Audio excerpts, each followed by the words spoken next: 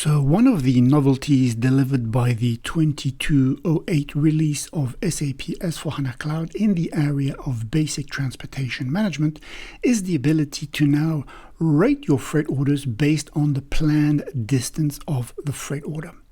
So how does this work out into the system? Well, as you can see, our starting point is going to be an outbound transportation requirement that is going to be generated from this sales order, which is really nothing extraordinary. It's just one item, one component in a quantity of 50. We can quickly go to the TM status to see that the freight unit has already been generated, created in the background following the application of the freight unit building rule once the sales order had been saved. And we can see here that we have indeed our freight unit.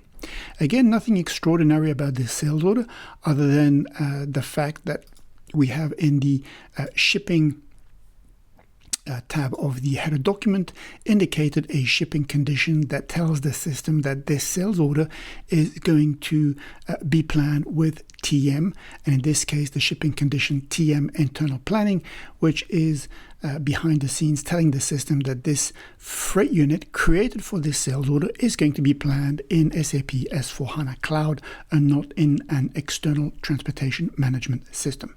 So that's our sales order having been set up and created in the system.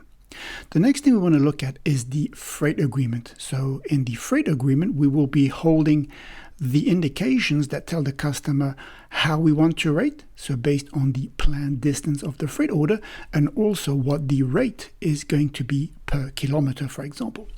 So again, we have also, for the sake of time, already created a freight agreement. So let's open it up.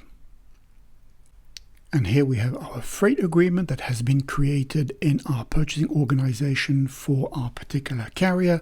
It's a very simple freight agreement. We just wanted to demonstrate this particular charge calculation type. So we only have, of course, as usual, one item in the calculation sheet. We can display the calculation sheet. And in there, as I said, it's very simple. We only have one basic rate. In this case, we've got a calculation base of route, but we could also have applied it to the stage. Let's go to the rate table to see what that is made up of.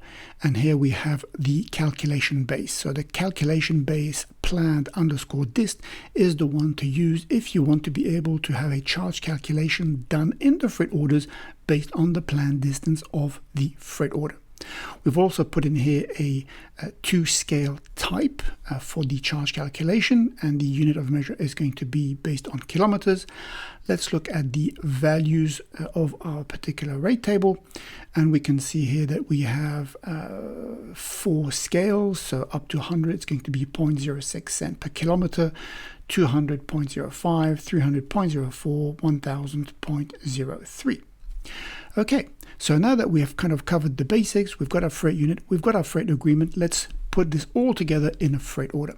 So we'll go to the transportation cockpit, and here we are going to indicate that freight unit that we saw that was created in our sales order, that had been created off the sales order, and we'll go ahead and plan just this one freight unit.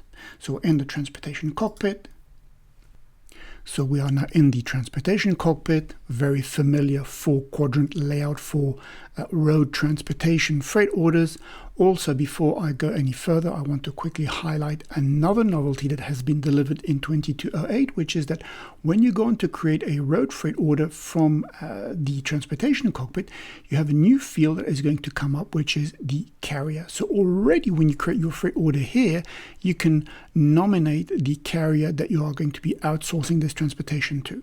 So you no longer need to create the freight order, then enter the carrier, or go into the freight order and enter the carrier there if that is not what you wish to do. So let's go back to our freight unit. We're going to pick also our specified truck type. We'll just say assign the selected items, which should result in the creation of our freight order, which is right there. Again, $1, it's in a temporary state, so we're going to go ahead and save it. And we are then going to go into the freight order where we will enter the additional information that is required to complete our freight order. Okay, so let's go to the general data tab. We're going to say edit. We're going to indicate our purchasing organization 1710, which is obviously very important for the determination of the freight agreement, or at least that's one part of it.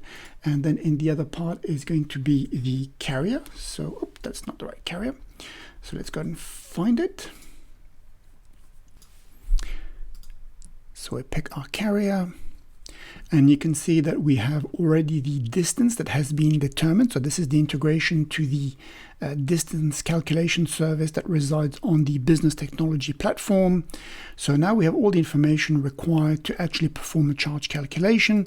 Let's go to the charges tab.